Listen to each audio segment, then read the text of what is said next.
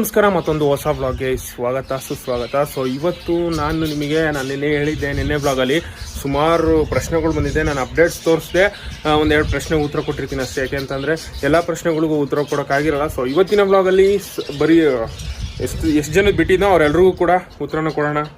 So ಇವತ್ತಿನ ಬ್ಲಾಗ್ನ ಶುರು ಮಾಡೋಣ ಗೈಸ್. ಇವತ್ತಿನ ಮೊದಲನೇ ಪ್ರಶ್ನೆ ಬಂದ್ಬಿಟ್ಟು ಮೋಹನ್ ಚಂದ್ರ ಅವ್ರು ಕಮೆಂಟ್ ಮಾಡಿರೋದು, ಬ್ರೋ ಶಾಕ್ ಆಲ್ ವೆಟ್ ಎಲ್ಲ ಬರ್ಡ್ಸ್ಗೆ ಕೊಡ್ಬೋದು ಅಂತ ಕೇಳಿದ್ದಾರೆ. ಖಂಡಿತವಾಗ್ಲೂ ಬ್ರೋ ಎಲ್ಲ ಬರ್ಡ್ಸ್ಗೂ ಕೊಡ್ಬೋದು. ಎಲ್ಲ ಪೆಟ್ ಬರ್ಡ್ಸ್ಗೂ ಕೂಡ ನೀವು ಕೊಡ್ಬೋದು. ಮತ್ತು ಅದ್ರ ಮೇಲೆ ಹಾಕಿದಾರಲ್ಲ ಆ ಪ್ರಾಣಿಗೂ ಕೊಡ್ಬೋದು. ಮೋಸ್ಟ್ಲಿ ಬಾಕ್ಸ್ ಮೇಲೆ ಇರುತ್ತೆ ನೋಡಿ, ಅದು ಬಿಟ್ಟು ಬರ್ಡ್ಸ್ಗಳಿಗೂ ಕೂಡ ಕೊಡ್ಬೋದು. ಎಲ್ಲ ಬರ್ಡ್ಸ್ಗೂ ಕೂಡ ಅದು ಅತ್ಯಂತ ಚೆನ್ನಾಗಿರೋ ಕ್ಯಾಲ್ಸಿಯಮ್ಮು ನಾನು ನೋಡಿರೋದು.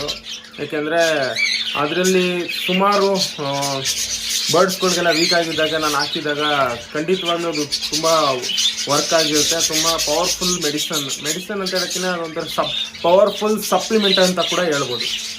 ನೆಕ್ಸ್ಟ್ ಕಮೆಂಟ್ ಬಿಟ್ಟು ಬಜ್ಜೀಸ್ ಲವರ್ ಅವ್ರು ಕಮೆಂಟ್ ಮಾಡಿರೋದು, ಬ್ರೋ ಫೀಮೇಲ್ ಬಜ್ಜಿ ಮಡಿಕೆ ಸೆಲೆಕ್ಟ್ ಮಾಡಿದ್ಮೇಲೆ ಎಷ್ಟು ದಿನಕ್ಕೆ ಎಗ್ಲೆ ಮಾಡುತ್ತೆ ಅಂತ ಕೇಳಿದ್ದಾರೆ. ಅದು ಡಿಪೆಂಡ್ ಆಗಿರುತ್ತೆ ಬ್ರೋ. ಇವಾಗ ನಿಮ್ಮ ಬರ್ಡ್ಸ್ಗಳು ನೀವು ಯಾವ ಜಾಗದಲ್ಲಿ ಇಟ್ಟಿರ್ತೀರಾ ಮತ್ತು ಯಾವ ಥರ ವಾತಾವರಣ ಕೊಟ್ಟಿರ್ತೀರಾ ಅದ್ರ ಮೇಲೆ ಡಿಪೆಂಡ್ ಆಗಿರುತ್ತೆ. ಇವಾಗ ನಿಮ್ಮ ಬರ್ಡ್ಸ್ ಏನಾದ್ರು ಈ ಥರ ನನ್ನ ಹತ್ರ ಇವಾಗ ಬಜ್ಜೀಸ್ ಸೌಂಡ್ ಮಾಡ್ತಾ ಇದೆ, ಈ ಥರ ವಾತಾವರಣ ಇತ್ತು ಅಂತಂದರೆ ಅದು ಬೇಗ ಅಡ್ಜಸ್ಟ್ ಆಗಿರುತ್ತೆ. ಸೊ ಮಡಿಕೆಗೂ ಕೂಡ ಬೇಗ ಅಡ್ಜಸ್ಟ್ ಆಗಿಬಿಡುತ್ತೆ. ಎಲ್ಲಕ್ಕಿಂತ ಫಸ್ಟ್ ಬ್ರೀಡ್ ಆಗಬೇಕು ಅಂದ್ಬಿಟ್ಟು ಬೇಗ ಮೊಟ್ಟೆ ಇಡುವಂಥ ಚಾನ್ಸಸ್ ಇರುತ್ತೆ. ಅಕಸ್ಮಾತ್ ಕಾಮಾಗಿ ಕೂಲಾಗಿರೋ ಪ್ಲೇಸಸ್ ಏನಾರು ಇತ್ತು ಅಂತಂದರೆ ಅದು ಸ್ವಲ್ಪ ಲೇಟ್ ಆಗ್ಬೋದು, ಬಟ್ ಖಂಡಿತವಾಗ್ಲೂ ಬ್ರೀಡ್ ಆಗುತ್ತೆ. ನೀವು ತಲೆ ಕೆಡಿಸ್ಕೊಂಬೇಡಿ ಅದ್ರ ಬಗ್ಗೆ. ದರ್ಶನ್ ಗೌಡ ಅವ್ರು ಕಮೆಂಟ್ ಮಾಡಿರೋದು, ಬಜ್ಜಿ ಸ್ಪೇರ್ ಆಗೋಕ್ಕೆ ಎಷ್ಟು ಡೇಸ್ ಬೇಕು ಬ್ರೋ ಅಂತ ಕೇಳಿದ್ದಾರೆ. ಬ್ರೋ ಬಜ್ಜಿ ಸ್ಪೇರ್ ಆಗೋಕ್ಕೆ ಅದು ಹೆಂಗೆ ಅಂದರೆ ಹೇಳೋಕ್ಕಾಗಲ್ಲ ಬ್ರೋ. ಇವಾಗ ನೋಡಿ, ಇವಾಗ ನನ್ನ ಮುಂದೆ ಏನು ಪೇರ್ ಇದೆ, ಇವೆರಡು ಪೇರು ಆ್ಯಕ್ಚುಲಿ ಅಲ್ಲಿ ನೋಡಿದ್ರೆ ಯೆಲ್ಲೋ ಕಲರ್ ಜೊತೆ ಪೇರ್ ಆಗ್ಬಿಟ್ಟಿದೆ. ಸೊ ಹಿಂಗೆ ಹೇಳೋಕ್ಕಾಗಲ್ಲ, ಬಿಟ್ಟು ಒಂದು 2 ದಿನಕ್ಕೆ ಪೇರ್ ಆಗ್ಬಿಡ್ತವೆ. ಕೆಲವೊಂದು ಟೈಮು ತಿಂಗಳ ವರ್ಷ ಆದ್ರೂ ಪೇರ್ ಆಗಿರಲ್ಲ. ಫಸ್ಟು ಬಜ್ಜೀಸ್ಗಳಿಗೆ ಪೇರ್ ಆಗಬೇಕು ಅಂತಂದರೆ ಫಸ್ಟ್ ಅದು ಅಡಲ್ಟ್ ಆಗಬೇಕು. ಅಡಲ್ಟ್ ಆದಮೇಲೆ ಅದನ್ನು ನೀವು ಸಪ್ರೇಟ್ ಮಾಡಬೇಕು. ಯಾವ ಥರ ಅಂತಂದರೆ ನಾನು ಆಲ್ರೆಡಿ ಸುಮಾರು ವಿಡಿಯೋಗಳು ಹೇಳ್ಬಿಟ್ಟಿದ್ದೀನಿ, ಮೇಲು ಫಿಮೇಲು. ಇವಾಗ ನಮ್ದು ಇವಾಗ ಮೇಲು ನೀವೇನು ನೋಡ್ತಾ ಇದ್ರೆ ಇಲ್ಲಿದೆ ಮೇಲು, ಇದು ಈ ಕೇಜಲ್ಲಿ ಇರೋದೆಲ್ಲ ಮೇಲು. ಇದರಲ್ಲಿ ಸ್ವಲ್ಪ ಮಿಕ್ಸ್ ಇದೆ, ಮತ್ತು ಇದರಲ್ಲಿ ನೀವು ನೋಡಿದ್ರೆ ಇದರಲ್ಲೂ ಮಿಕ್ಸ್ ಇದೆ. ಸೊ ಇದರಲ್ಲಿ ಜಾಸ್ತಿ ಫೀಮೇಲ್ ಇದೆ, ಅಲ್ಲಿ ಎದುರುಗಡೆನೇ ಮೇಲಿದೆ. ಸೊ ಆ ಮೇಲ್ ಏನು ಮಾಡುತ್ತೆ, ಈ ಸೀಸನ್ ಮುಗಿಯೋರ್ಗು ಕೂಡ ಇದೇ ಥರನೇ ರೆಸ್ಟಲ್ಲಿ ಇರುತ್ತಲ್ಲ ಬರ್ಡ್ಗಳು ಎದುರಿಗೆ ನೋಡ್ತಾ ಇರ್ತವೆ. ಅದು ನೋಡಾದ್ಮೇಲೆ ಏನಾಗುತ್ತೆ, ಹಂಗೆ ಒಂದಿನ ನಾನು ಇವಾಗ ಅಲ್ಲೇನು ಕಾಣ್ತಾ ಇದೆ ಆ ಥರ ಕೇಜಲ್ಲಿ ಯಾವುದ್ರಲ್ಲಾರ ನಾನು ಬಿಟ್ಬಿಡ್ತೀನಿ ಅಂದ್ಕೊಳ್ಳಿ. ಒಂದು ಫಸ್ಟು ಮೇಲ್ ಬಿಡ್ತೀನಿ, ಆಮೇಲೆ ಫಿಮೇಲ್ ಬಿಡ್ತೀನಿ. ಯಾವುದೇ ಕಾರಣಕ್ಕೂ ನೋಡಿ, ನೀವು ಏನಾರ ಬರ್ಡ್ಸ್ಗಳು ಹೊಸ ತೊಗೊಂಡಿದ್ರೆ ಅಥವಾ ನಿಮ್ಮನೇಲಿ ಏನಾರ ಪೇರ್ ಇತ್ತು, ನೀವೇನಾರ ಪೇರ್ ಮಾಡಬೇಕು ಅಂತ ಇದ್ದರೆ ನೀವು ಫಸ್ಟು ಕೇಜ್ ಒಳಗಡೆ ಮೇಲ್ನ ಬಿಡಬೇಕು. ಒಂದು 2 ನಿಮಿಷ 3 ನಿಮಿಷ ಮುಂಚೆ, ಒಂದು 5 ನಿಮಿಷನೇ ಬಿಡಿ. ಫಸ್ಟು ಮೇಲ್ ಬಿಡಿ, ಒಂದು 5 ನಿಮಿಷ ಆದಮೇಲೆ ಫಿಮೇಲ್ ಬಿಡಿ. ಸೊ ಆವಾಗ ಮೇಲ್ ಏನು ಮಾಡುತ್ತೆ, ಫಸ್ಟ್ 5 ನಿಮಿಷ ಬಿಟ್ಟಾಗ ಫುಲ್ಲು ಕೇಜ್ನೆಲ್ಲ ನೋಡಿಕೊಂಡು ಅದೇ ನಮ್ಮ ಮನೆ ಅಂತ ಪ್ರೂವ್ ಮಾಡ್ಕೊಂಡ್ಬಿಡುತ್ತೆ. ಅಂದರೆ ಅದು ನಮ್ಮದೇ ಮನೆ, ನಾನೇ ಓನರು ಅನ್ನೋ ಥರ ಫೀಲ್ ತಗೊಬಿಡುತ್ತೆ. ಆವಾಗ ನೀವು ಫೀಮೇಲ್ ಬಿಟ್ಟಿದ ತಕ್ಷಣ ಅದು ಫೀಮೇಲ್ ಜೊತೆ ಪೇರ್ ಆಗ್ಬಿಡುತ್ತೆ. ಸೊ ಇದು ಒಂದು ಟ್ರಿಕ್ಕು, ಇದು ಕ್ವಿಕ್ ಪೇರಿಂಗ್ ಅಂತ ಹೇಳ್ತೀವಿ ಇದನ್ನ. ಇಲ್ಲ ಅಂತಂದರೆ ನೀವು ಅಕಸ್ಮಾತ್ ಫೀಮೇಲ್ನ ಫಸ್ಟ್ ಬಿಟ್ರಿ ಅಂತ ಅಂದ್ಕೊಳ್ಳಿ, ಅದು ಯಾವತ್ತೂ ಈ ವರ್ಷದಲ್ಲ 2 ವರ್ಷ ಆದರೂ ಪೇರ್ ಆಗಲ್ಲ. ಯಾಕೆಂದರೆ ಫೀಮೇಲ್ ಹೋಗ್ಬಿಡುತ್ತಲ್ಲ, ಫೀಮೇಲ್ ಅಥಾರಿಟಿಗೆ ತಗೊಬಿಡುತ್ತೆ ಆ ಜಾಗನ. ಸೊ ಆವಾಗ ಮೇಲ್ನ ಹತ್ರಕ್ಕೆ ಸೇರ್ಸಲ್ಲ. ನೀವೇ ಹೇಳ್ತಾ ಇರ್ತೀರ ಫೀಮೇಲ್ ಮೇಲ್ಗೆ ಕಚ್ತಾ ಇದೆ ಅಂತ. ಅದು ಯಾಕೆ ಅಂದರೆ ಇದೇ ಕಾರಣಕ್ಕೆ, ನೀವು ಫಸ್ಟು ಕೇಜಲ್ಲಿ ನೀವು ಫೀಮೇಲ್ ಬಿಟ್ಟು ಆಮೇಲೆ ಮೇಲ್ ಬಿಟ್ಟಿರ್ತೀರ. ಸೊ ಹಂಗಾಗಿನೇ ಈ ಥರ ಪ್ರಾಬ್ಲಮ್ಗಳು ಬರೋದು. ನೀವು ಯಾವಾಗ ಫಸ್ಟು ಮೇಲ್ನ ಬಿಡ್ತೀರಾ ಕೇಜ್ ಒಳಗಡೆ, ಆ ಮೇಲ್ ಬಜ್ಜೀಸು ಆ ಕೇಜ್ನ ನಾನು ಓನರು ನನ್ನದೇ ಕೇಜು ಅನ್ನೋ ಥರ ಅನ್ಕೊಬಿಟ್ಟು ಆಮೇಲೆ ಫೀಮೇಲ್ ಬಿಟ್ಟಿದ್ದಕ್ಕೆ ಪೇರ್ ಆಗ್ಬಿಡುತ್ತೆ. ಸೊ ಈ ಥರ ನಾನು ಕೂಡ ಎಷ್ಟೋ ಸರಿ ಏನು ಮಾಡ್ತೀನಿ ಅಂತಂದರೆ, ಫಸ್ಟು ಮೇಲ್ ಬಜ್ಜೀಸ್ನ ಬಿಟ್ಬಿಡ್ತೀನಿ. ಯಾವ್ಯಾವ ಕೇಜಿಗೆ ಬಿಡಬೇಕು ಎಲ್ಲ ನೋಡ್ಕೊಂಡು ಮೇಲ್ ಬಜ್ಜೀಸ್ನ ಬಿಟ್ಬಿಟ್ಟು ಒಂದು 5 ಅಲ್ಲ, ನಾನೊಂದು 10-15 ನಿಮಿಷ ಆದಮೇಲೆ ಫೀಮೇಲ್ಗಳನ್ನ ಬಿಡ್ತೀನಿ. ಕೆಲವೊಂದು ಟೈಮು ಅವರೇ ಆಗ್ಬೋದೇನೋ, ತೊಂದರೆ ಇಲ್ಲ. ಬಟ್ ನೀವೆಲ್ಲ ನಾನು ಹೇಳೋದು 5 ನಿಮಿಷ 10 ನಿಮಿಷ ಮುಂಚೆ ಬಿಟ್ಟರೆ ಓಕೆ ನಡೆಯುತ್ತೆ. ನಾನು ಜಾಸ್ತಿ ಬರ್ಡ್ಸ್ ಇರೋದ್ರಿಂದ ನಾನು ಎಲ್ಲರಿಗೂ ಒಟ್ಟಿಗೆ ಬಿಡಬೇಕಲ್ಲ. ಸೊ ಹಂಗಾಗಿ ಒಂದಕ್ಕೆ ಸ್ವಲ್ಪ ಟೈಮು ಜಾಸ್ತಿ ಆಗಿರುತ್ತೆ, ಒಂದು ಕಮ್ಮಿ ಆಗಿರುತ್ತೆ ಅಂದ್ಬಿಟ್ಟು ಎಲ್ಲರಿಗೂ 1 ಅವರು ಆ ಥರ ಬಿಟ್ಬಿಟ್ಟು ಆಮೇಲೆ ಫೀಮೇಲ್ಗಳನ್ನ ಬಿಡ್ತೀನಿ. ತಕ್ಷಣ ಪೇರ್ ಆಗ್ಬಿಡ್ತಾರೆ. ಕ್ವಿಕ್ ಪೇರಿಂಗ್ ಅಂತ ಇದನ್ನು. ಇದು ಆ್ಯಕ್ಚುಲಿ ನಾನು ಸಪ್ರೇಟ್ ವಿಡಿಯೋನೇ ಮಾಡ್ತೀನಿ ಇದ್ರ ಬಗ್ಗೆ ಇನ್ನು ಡೀಟೇಲಾಗಿ. ನಿಮ್ಗೇನಾರ ಡೌಟ್ಸ್ ಇತ್ತು ಅಂತಂದರೆ ಕಮೆಂಟ್ಸ್ ಮಾಡಿ.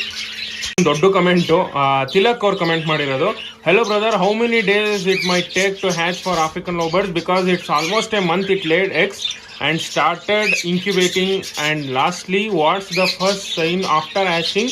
Does it make sound or something? Bro actually ಏನು ಅಂತಂದರೆ ಇವಾಗ ಒಂದು ಬರ್ಡು ಏನದು ಹ್ಯಾಚ್ ಆಗಿಲ್ಲ ಅಂತ ಹೇಳ್ತಾ ಇದ್ದೀರಾ. ಒಂದು ತಿಂಗಳೆಲ್ಲ ಬೇಕಾಗಲ್ಲ. ಮಿನಿಮಮ್ ಅಂತಂದರೆ ಒಂದು 21 ಡೇಸ್ ಮ್ಯಾಕ್ಸಿಮಮ್ಮು ಆಫ್ರಿಕನ್ ಲೋಬರ್ಟ್ಸ್ ಅಷ್ಟೇ.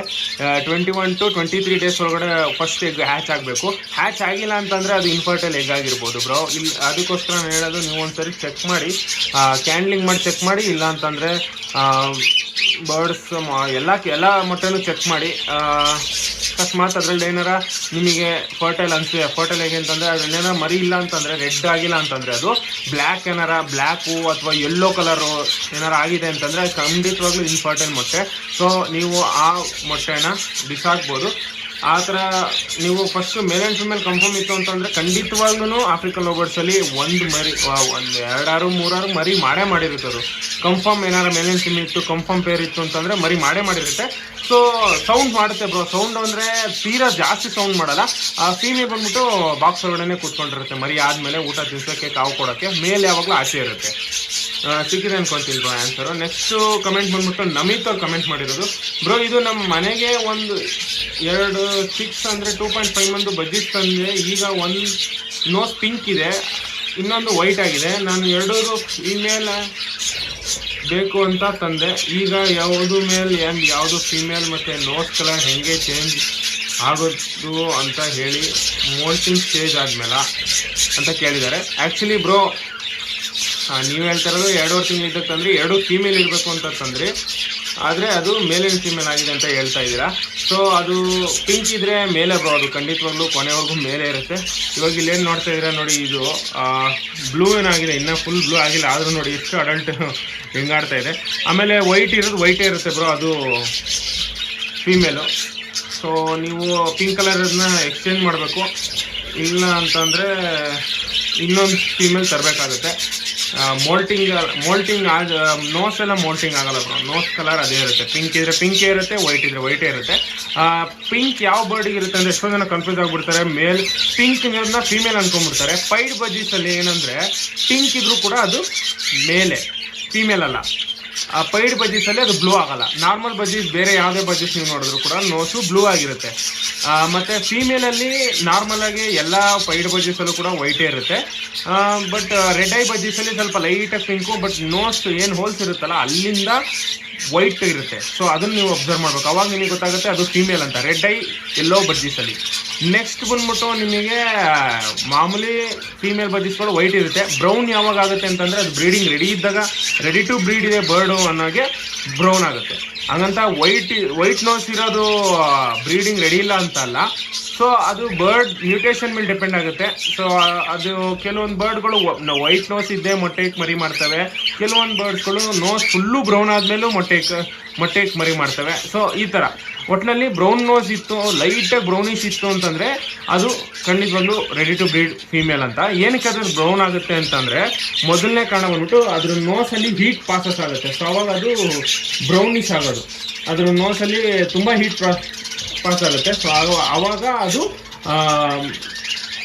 ಏನಂತಾರೆ ಬ್ರೀಡಿಂಗ್ ಬರುತ್ತೆ, ನೋಸು ಫುಲ್ಲು ಬ್ರೌನ್ ಆಗೋಗುತ್ತೆ.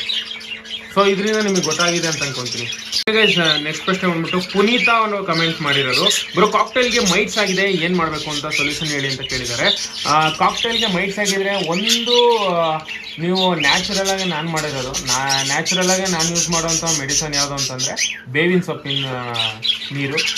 ಯಾವ ಥರ ಅಂತಂದರೆ ನಿಮ್ಮ ಮನೆ ಹತ್ರ ಬೇವಿನ ಸೊಪ್ಪು ಅಥವಾ ನಿಮ್ಮ ಅಂಗಡಿಲೆಲ್ಲ ಹುಡುಕಿ ಬೇವಿನ ಸೊಪ್ಪನ್ನ ತಗೊಬಂದ್ಬಿಟ್ಟು ಅದನ್ನು ಬಿಸಿನೀರಲ್ಲಿ ಹಾಕಿ ಸ್ವಲ್ಪ ಹೀಟ್ ಮಾಡಿ ಬಾಯ್ಲ್ ಮಾಡಿ, ಅದು ಏನಾಗುತ್ತೆ ಬೇವಿನ ರಸ ಅದರಲ್ಲೇ ಹೀರ್ಕೊಳುತ್ತೆ ಬಿಸಿನೀರು. ಸೊ ಬೇವಿನ ಸೊಪ್ಪನ್ನ ಸೋಸ್ಬಿಡಿ. ಬರೀ ಬೇವಿನ ಸೊಪ್ಪಿನ ನೀರು ಮಾತ್ರ ಇರಲಿ, ಅದನ್ನು ಸ್ಪ್ರೇಗೆ ಹಾಕ್ಕೊಂಡು ಬರ್ಡ್ಸ್ ಮೇಲೆ ಒಂದು ವಾರಕ್ಕೆ 2 ಸರಿ ಸ್ಪ್ರೇ ಮಾಡಿ, ಕೇಜ್ ಫುಲ್ಲು ಸ್ಪ್ರೇ ಮಾಡಿ. ಸೊ ಆವಾಗ ಮೈಟ್ಸು ಕೇಜಲ್ಲಿದ್ದರೂ ಸಾಯ್ತದೆ, ಆಮೇಲೆ ಬರ್ಡಲ್ಲಿದ್ದರೂ ಆ ಮೈಟ್ಸು ಸಾಯ್ತದೆ. ಮತ್ತು ಬರ್ಡಿಗೆ ಯಾವುದೇ ರೀತಿ ತೊಂದರೆ ಆಗಲ್ಲ.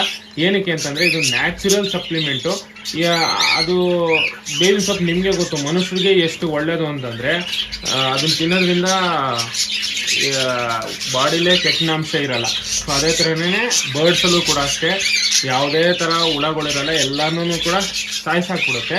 ಸೊ ನೀವು ಜಸ್ಟ್ ಮೇಲ್ಗಡೆಯಿಂದ ಸ್ಪ್ರೇ ಮಾಡಬೇಕು. ಬಟ್ ಸ್ಪ್ರೇ ಮಾಡೋ ಟೈಮಲ್ಲಿ ಊಟ ಮತ್ತು ನೀರು ಏನು ಇಟ್ಟಿರ್ತೀರ, ಊಟ ಮತ್ತು ನೀರಿನ ಬಾಕ್ಸು ಎರಡು ಕೂಡ ಆಚೆ ತೆಗೆದುಬಿಡಿ. ನೀಟಾಗಿ ಸ್ಪ್ರೇ ಮಾಡಿ.